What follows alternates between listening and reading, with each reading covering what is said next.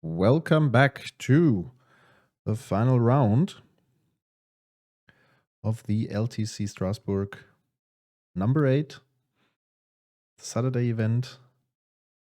And this is the matchup we did not witness live anymore, I think. Actually, we didn't even witness the semifinal either. Not where we left after the first. Yeah. Top So eight here round. we have a very classic matchup. It's Slimefoot against Atraxa, control versus midrange. You've played against Atraxa yourself. What's your feeling? It's a very difficult matchup.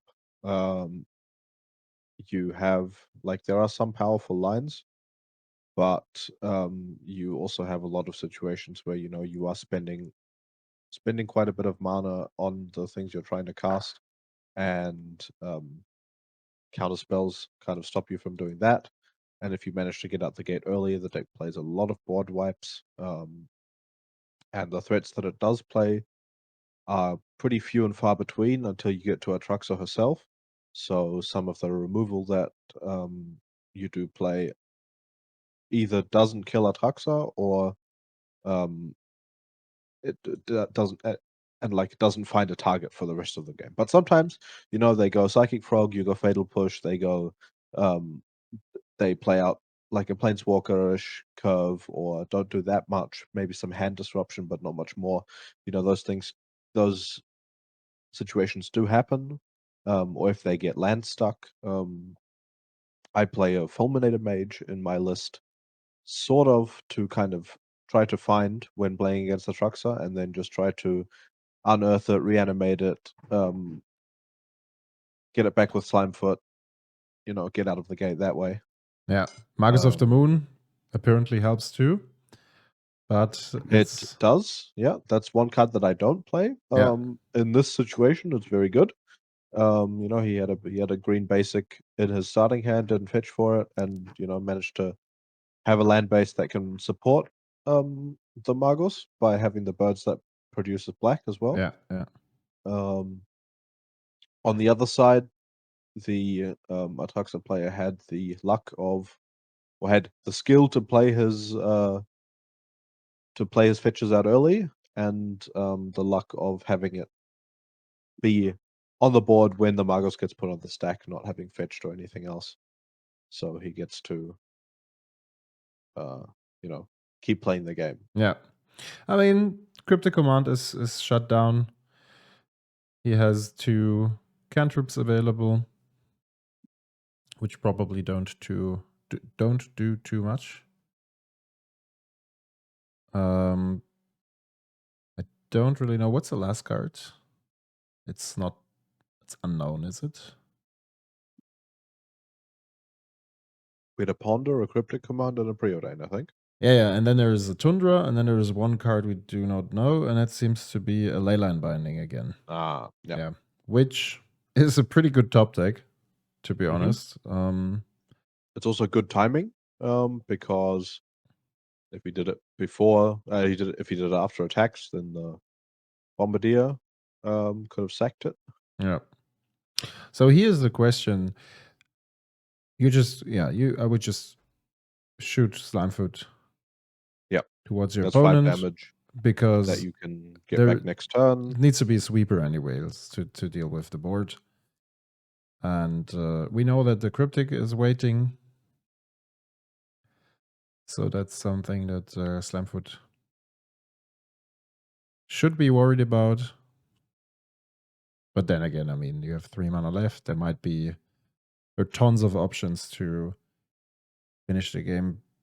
Pyrogoyf, Lightning Bolt, Goblin Bombardment if he plays it. I'm pretty sure he does. Yes, I would hope so.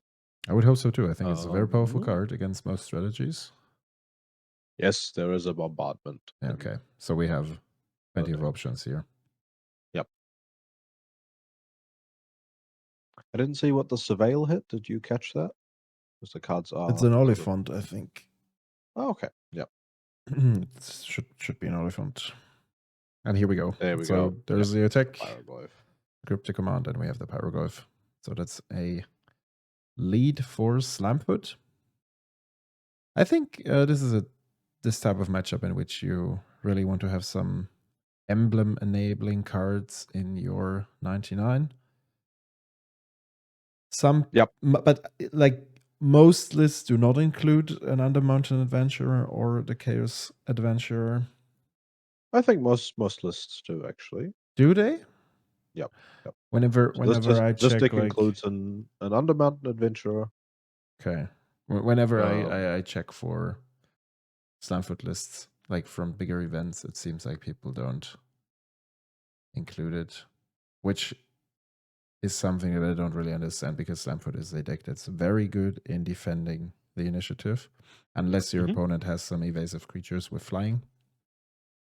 But on the ground against Yoshi and stuff like this, it's very well protected with all the Yep. Saprolings.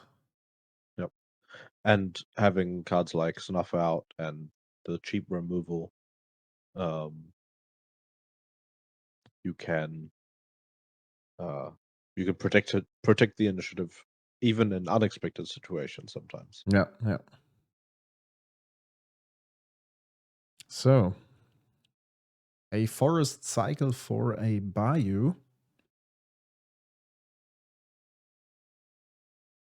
Ready, not quite ready to play the Metamorphosis fanatic here without a second land. Yep. But maybe that's the play for turn 3. Not that great if your opponent has some counter backup. And I also think it's not the craziest play against control, even if it resolves, because usually their deck is stacked with efficient removal spells. So here we see a different kind of removal spell. Yep. I mean, there is the upside of having instantly having two high CMC bodies in play, which a lot of decks will play things like Fatal Push Cut down and stuff. or Cut Down or what am I looking for? Abrupt Decay, Yeah. stuff Yeah. like that, where maybe it conveniently dodges some removal that they might have, and then you have put 9 power into play or 10 power into play for 2 mana, which is pretty strong. Yeah, true. It definitely is strong. And your opponent needs to handle it somehow, but it's definitely there are matchups in which it's much more scarier. Yep. So in this case, Atraxa plays Prismatic Ending and Wrath of Skies, Mm.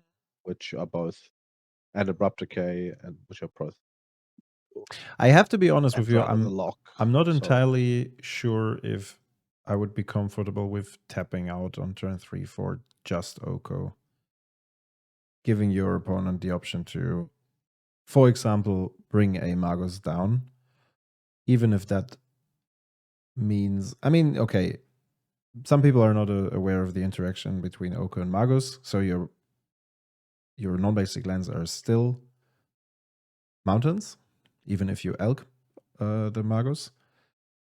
But also because that was the trigger from the Fable, okay. Also because you never know, like it's not like we see the Fable here on field, for example. There might be a follow-up, and then just having Oko on field is not enough, and you don't really want to give your opponent 3/3s, and maybe they get a chance to run down your Oko. Then there's the Goblin now that produces treasures. did Oko get used last turn? Because it's on 5 loyalty. Well, the Yeah, it's a Bowmaster bit. dealt at 1, Yeah, it's interesting. It but looks like it's not. No, it was elked. I mean, there's an elk token on top. Yeah, the food token is elked. the There's food token is yeah, elked. yeah. Okay. I think he attacked with the token and the bowmaster, so it went But down to didn't shoot 4. the damage? Yeah, shoot the damage to face. It seems. Okay.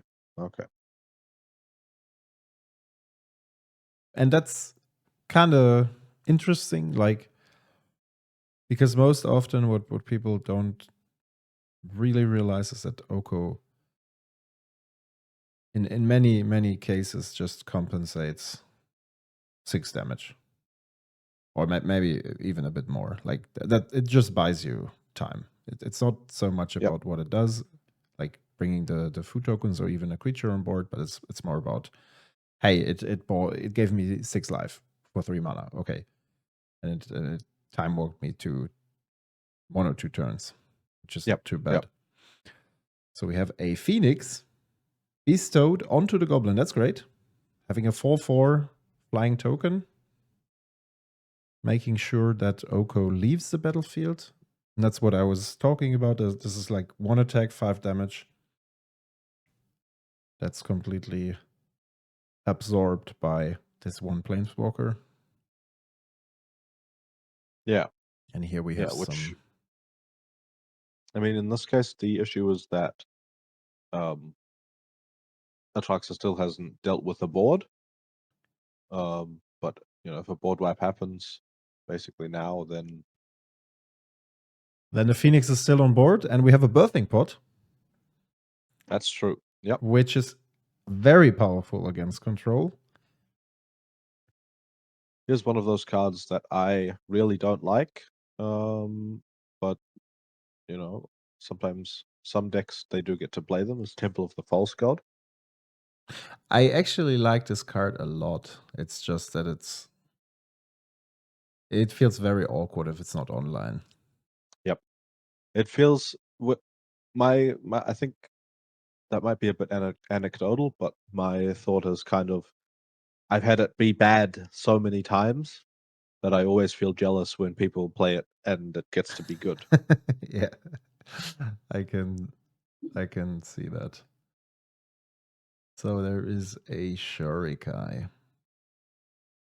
Almost a fair card these days, it sometimes seems.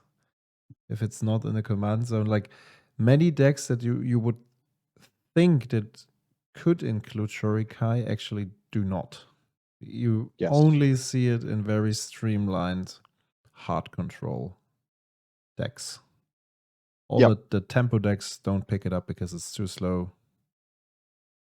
Whether it's Aragon, maybe the Ezio variants play it. I think they do because the card advantage is too valuable. Aragon definitely doesn't need it. It's very costly, and also you have your Monarch that grants some Definitely card advantage. I think if it was sort of funnily enough, I think if it was in Slimefoot colors, I think Slimefoot would play it. Yeah. Okay. Which is weird to think about. Yeah. If it was like a red black card or which it maybe could be. If it was a red black card, then I think it would be in Slimefoot. Some kind of an enhanced flame war, so to say. Yeah. Just thinking in a vehicle theme. We have a very dangerous board on the left side. There is a Pyrogoyf, and the Kiki Jiki is not dealt with. So next turn could be something like activating the Kiki Jiki, having another Pyrogoyf trigger. And if it's not for... Oh, that doesn't work. If he has a 2-drop in hand, then he could just search for a Pyrogoyf and get another Pyrogoyf trigger nonetheless. But it seems it's not too big. I would have probably... I mean, it's fine to bring down the Goyf here. I would have probably tried to make use of the pot instead, because you just save your resources in hand. And like trading Kiki Jiki for a CMC4 creature, maybe venture into the dungeon, for example. You have 2 blockers, there's only 1 pilot on the board. And also the Egg token. Okay, maybe that would have been a bit risky. But I'm sure there are other 4-drops he could think about.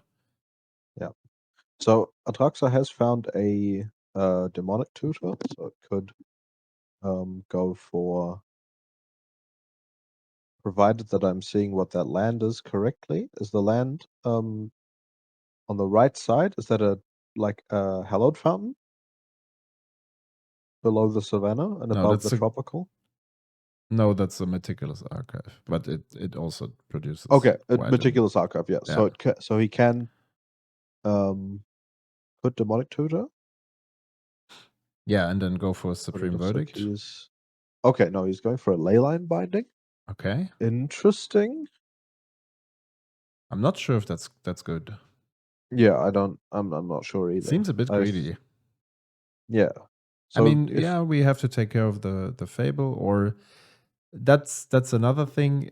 It's probably not a good idea to take care of the pyroglyph, because now you enable some very ugly lines here. Like, let's imagine we find something to deal with enchantments, which is quite likely. Maybe there is a Haywire Might, for example, in his list. We've seen this Yep. in the previous round. So we can pot the token. I mean, obviously Atraxa is not aware of that.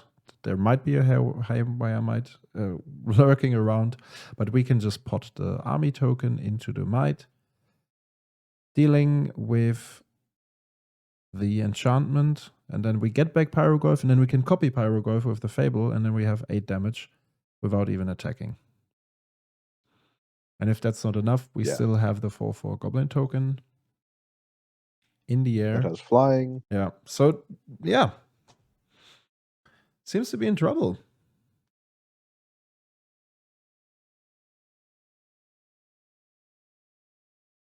Yeah, I would have So the demonic definitely. tutor has resolved, and he has looked for something. Yeah. We will have to see what it I'm is. also curious what it is. Yeah, because he only has 2 mana left. It's a counterspell? There's a counter spell in his hand. I don't know Not, if that's what he searched not for. sure. Definitely not a solution to anything that's happening. Yeah, so he attacks, takes him down to 4, and now he gets to just attempt to activate the birthing pod, if that is what he wants to do. I think it is. Sacrificing the Goblin token. Is that correct? I think he is deciding whether he wants to take the army or the goblin.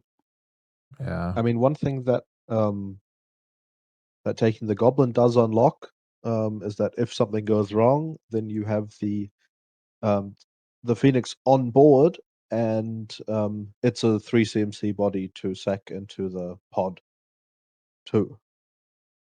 That That is true, allows you to but go for I some think he other doesn't card. need it. Like, Considering Goyf is already in play, yeah, that would have been my first pick. I think he plays Deathray Shaman. Yawgmoth.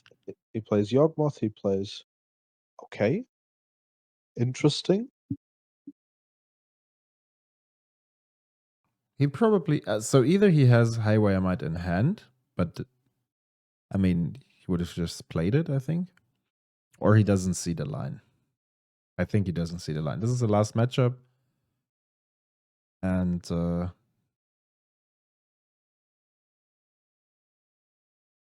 maybe he's tired. Yep. I mean,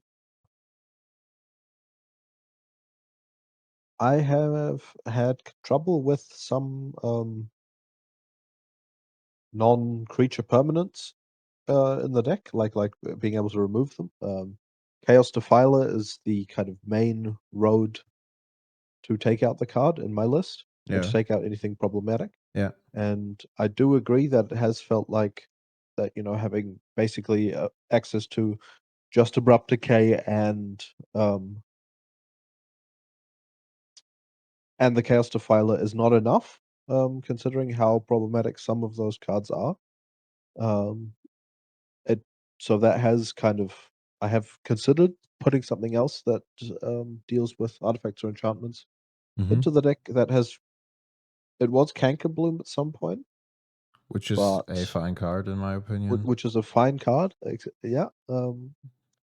But I can also see why you don't play it, because like the 99 is insanely tight in Slimefoot. Like Yes. Yes. insanely tight. You basically always want to run at least 105 cards. You can't, so you already have to make like Yeah, and that's kind of led me to we talked about Haywire Might. Initially I said it was I thought it would be pretty bad. But currently I think I mean, if you think about pot lines, actually, it's a nice inclusion because you can just pot the Subrolings into something that deals with artifacts and enchantments. yep. I like that.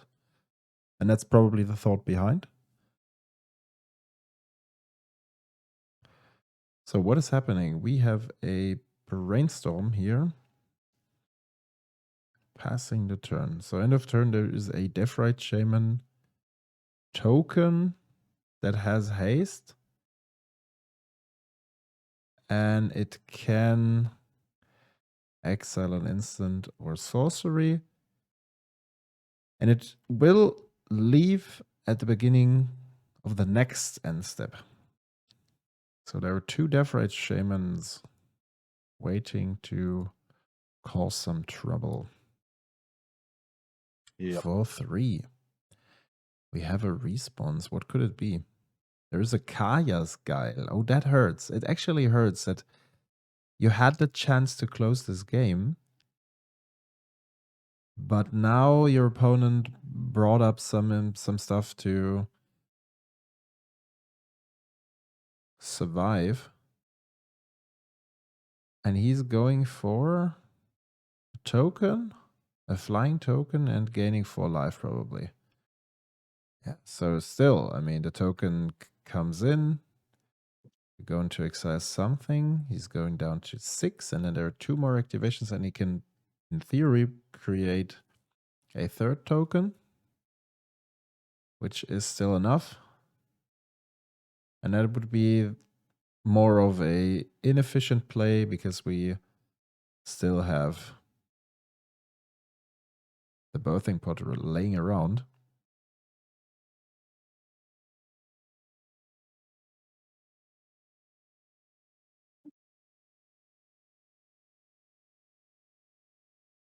So yeah, in fact, pretty easy to... Okay. And here we go. Maybe now we have the Haywire Might. Maybe now he realized, okay, wait, I have this line.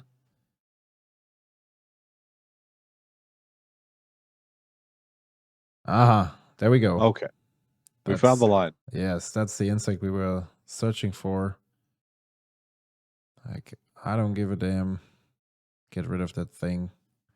Can't do shit against that. And that's GG. Yeah. Okay. Cool. Definitely a couple of mistakes on Atraxa's side, I would say. Especially the situation in which he decided not to go for the sweeper at that very turn. Like, he had a perfect window to catch most of the creatures, I think. Of course, the Phoenix stays on board, but still it would have reduced the damage by... I don't know. I think at that turn he had at least 3 attacking creatures. So... Or reducing the damage. It would have reduced the damage by 4 because he attacked with just the Phoenix in that turn. Just the goblin. or by 2. By 2, okay. But I think there was still having like access the to Bowmaster these other token, and there was cards. also the other creature, like the Fable was also on board. So just like, okay, you give your opponent the option to pot something into like a CMC4 creature because of the Phoenix, but that's available anyways because you have the Fable on board all the time. So you're just reducing your opponent's board and giving yourself a chance to get back here. But okay, that's how it is. As I said, it was late in the evening and players might have been tired. So Slimefoot was the winner of this very matchup or event even. Was a cool last session, and we will continue with day 2. Thanks for tuning in. Thanks for watching. And see you in the next one. See you next time.